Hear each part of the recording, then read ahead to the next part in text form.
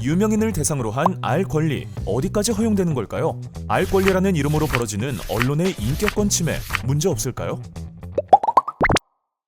기생충, 끝까지 간다, 파스타 등 다양한 작품에 출연해 수준급 연기를 보여줬던 고 이선균 배우. 작년 10월 마약 투약 혐의로 경찰 조사를 받던 중 사망한 채 발견됐는데요. 사망 소식이 전해지자 언론 보도를 질타하는 목소리가 터져나왔습니다. 정식 수사가 개시되기도 전에 한 언론사가 내사 중이라는 단독 기사를 냈고, 이후 여러 언론이 배우의 소환 장면이나 수사 과정을 경쟁적으로 내보냈죠. 특히 마약 투약 혐의라는 사건의 본질과는 무관한 사적 통화 내용까지 단독이라는 타이틀과 함께 공개한 언론도 있었고요.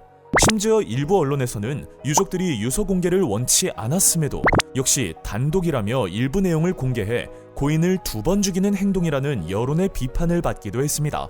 마약 투약 여부 감정 결과는 음성이었고, 그의 죽음으로 실제 마약을 투약한 사실이 있는지는 끝내 알 수 없게 됐지만, 유명 연예인이라는 이유로 아직 조사 중인 혐의 내용을 실시간 중계하듯이 공개하고 사생활까지 무차별적으로 다룬 언론 보도는 비판의 대상이 됐습니다.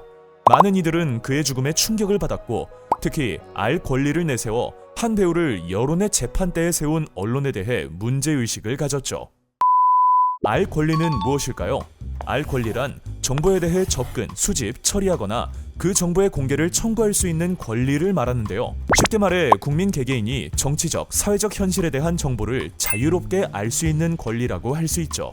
우리나라에서 알 권리라는 용어가 처음 등장한 건 1959년 신문윤리강령 개정안에서였습니다. 1960년대에는 언론 매체가 정부의 취재 보도의 자유를 요구하며 알 권리라는 용어를 사용했고요. 이때부터 알 권리가 표현의 자유 하위 영역으로 널리 인식되기 시작했다고 볼 수 있습니다. 그 이후 헌법재판소가 알 권리는 헌법 제21조의 표현의 자유에서 도출될 수 있다고 판시하면서 확립된 판례로서 지위를 갖게 됐고요. 그로부터 5년 이상 지난 뒤 정보공개법이 제정되면서 알 권리는 청구권적 성격도 갖게 됩니다.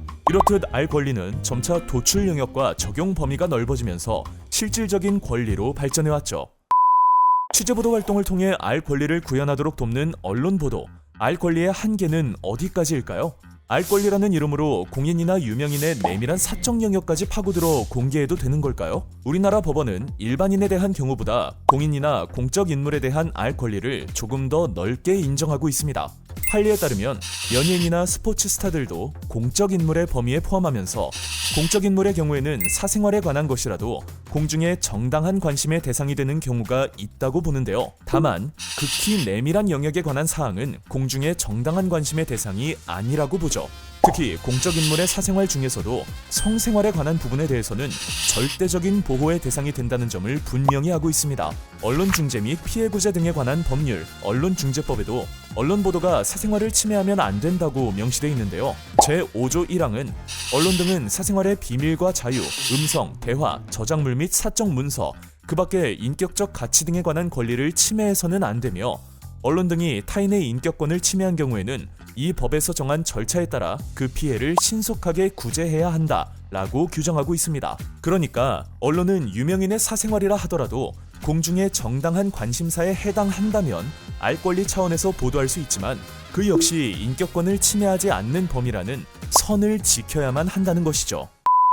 그렇다면 일부 언론은 왜 무리하게 유명인의 내밀한 사생활이나 사안의 본질과는 관련 없는 내용을 자극적으로 보도하는 걸까요? 여러 이유가 있겠지만 수익 창출의 목적이 크다고 할 수 있습니다. 유명인과 관련한 선정적 보도는 해당 보도를 접하는 이용자의 감정적 반응을 순간적으로 끌어내 흥미를 유도합니다. 이용자의 흥미는 곧 시청률이나 판매 부수, 기사 클릭 수와 연결되어 수익으로도 이어질 수 있기 때문에 일부 언론사들은 수익 창출 전략 중 하나로 유명인의 사생활 관련 내용들을 선택해 선정적 보도를 생산하는데요.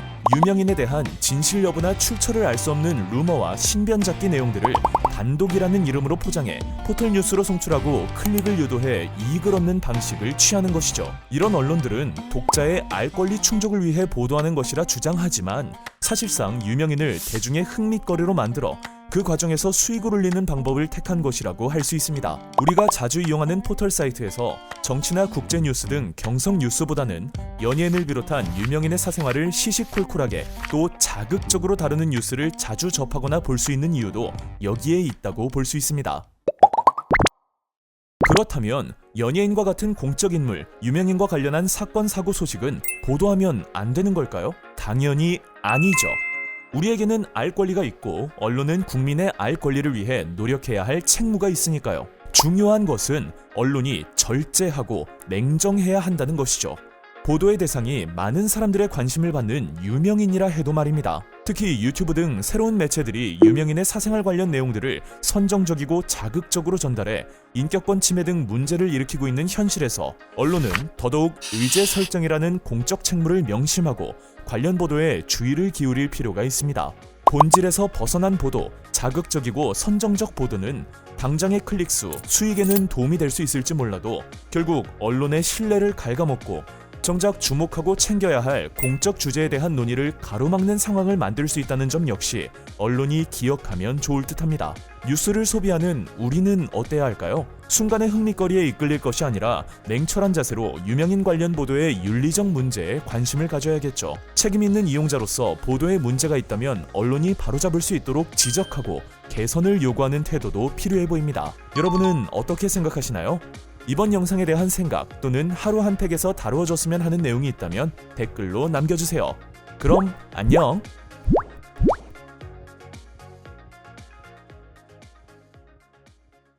존 레논, 마이클 잭슨, 브리트니 스피어스, 히스 레저, 저스틴 팀버레이크 이 사람들의 공통점을 아시나요? 가장 먼저 떠오르는 건 모두 세계적인 탑스타라는 사실, 그리고 한 번씩 파파라치와 마찰을 겪은 적이 있다는 공통점이죠. 우리가 밈으로 자주 소비하는 영화 해리포터의 주인공 다니엘 레드클리프의 사진이나 이혼 절차를 마무리 짓고 나오는 니콜 키드먼의 사진도 모두 파파라치가 포착한 사진인데요. 하루 종일 일거수일투족을 그야말로 감시당하고 있는 정도죠. 자, 그렇다면 여기서 떠오르는 궁금증, 유명인의 사생활을 캐는 파파라치 대체 왜? 어떻게 생겨난 걸까요? 그리고 문제는 없는 걸까요? 파파라치는 유명인들의 사생활을 찍어 돈을 받고 파는 사진사를 말하는데요. 파파라치라는 용어를 본격적으로 사용하기 시작한 건 1960년 이탈리아 감독 페데리코 펠리니의 영화 라돌체 비타부터라고 해요. 이 영화의 등장인물 파파라초는 유명인사들을 쫓아다니며 사진을 찍어 신문사에 팔아넘기는 프리랜서 사진사인데요. 스캔들을 노리고 유명인들을 따라다니며 돈을 버는 질 나쁜 사진사들의 일상이 영화에 고스란히 담겨있죠. 때문에 이 영화가 등장한 이후 스타들의 사생활을 촬영해 금전적 이득을 얻는 사진사들을 파파라치라고 칭하기 시작했다고 합니다.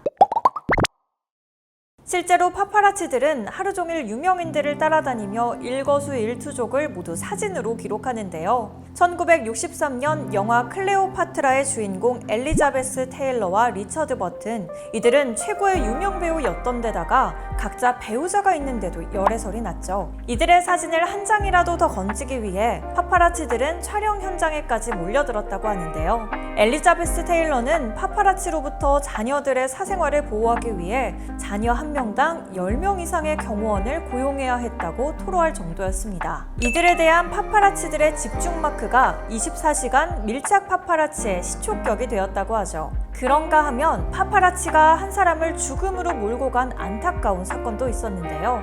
영국의 왕세자비인 다이애나 스펜서가 파파라치의 집요한 추격을 피하려다 교통사고로 사망한 일은 이미 너무나 유명한 일화죠. 또 팝의 황제라고 불리는 마이클 잭슨이나 브리트니 스피어스, 히스 레저 등도 모두 파파라치들에 의해 극심한 사생활 침해를 당한 적이 있었는데요. 휘트니 휴스턴의 경우 사망한 이후 모습이 유출된 적도 있다고 하니 파파라치들의 경쟁이 얼마나 비정상적으로 과열되어 있는지 짐작되죠.